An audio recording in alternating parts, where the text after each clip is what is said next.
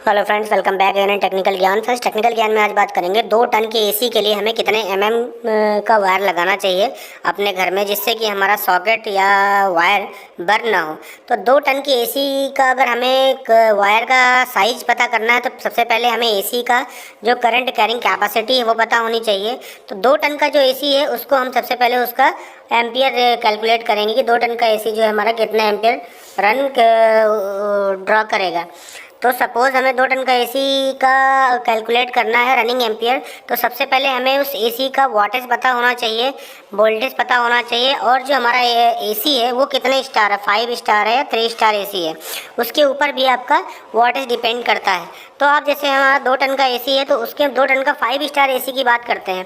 तो 5 स्टार जो एसी होता है उसके जो रेटेड की बात करते हैं, उसमें जो इनपुट हमारा कूलिंग कैपेसिटी होती है उसे हमें आइडेंटिफाई करना पड़ेगा, उस मीन्स इनपुट पावर कैलकुलेट करना पड़ेगा।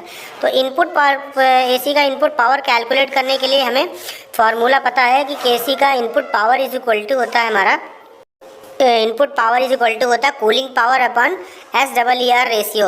SEER ratio means energy efficiency ratio होता है।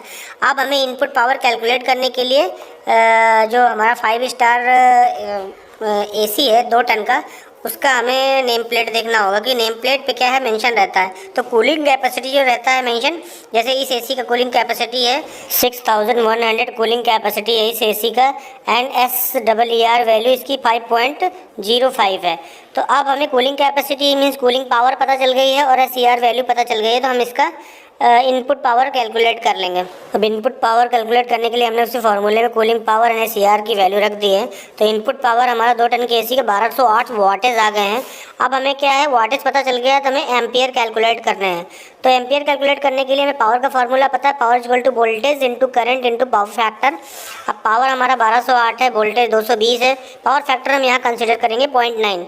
इससे क्या होगा, हमारी वैल्यू जो है वो निकल जाएगी, मीन्स एम्पियर निकल जाएंगे। अब एम्पियर जो कैलकुलेट होगा 6.1 एम्पियर कैलकुलेट होके आया हमारा 2 टन के एसी का जो 5 स्टार रेटेड है।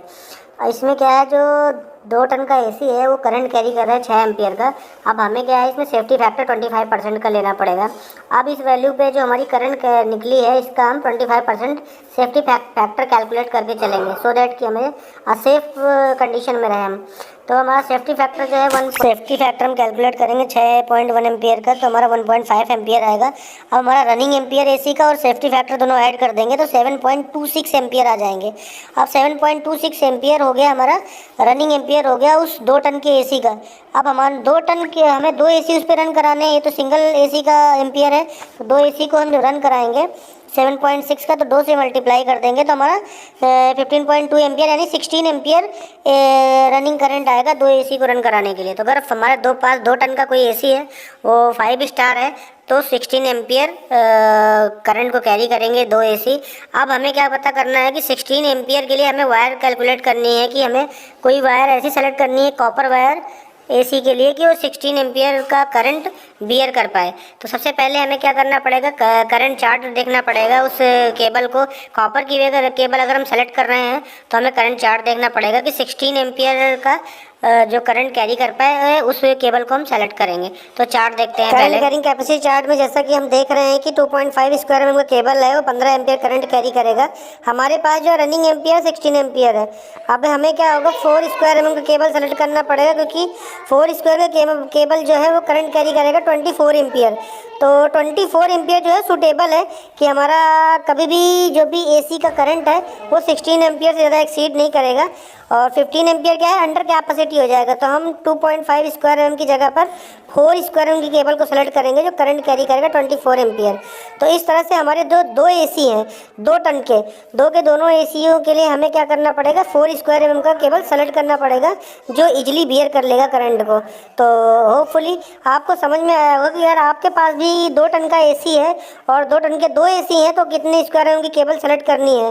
रेस्ट अगर आपके पास 2 टन का एक एसी है तो इस चार्ट के अकॉर्डिंग आपको भी करंट कैलकुलेट करने के बाद उस केबल का रनिंग एम्पियर देखना पड़ेगा और करंट कैरिंग कैपेसिटी के हिसाब से आपको वायर सेलेक्ट करना पड़ेगा। तो 2 टन के 2 एसीओ के लिए हमने 4 स्क्वायर एम का केबल सेलेक्ट किया जो 24 एम्पियर करंट कैरी करेगा।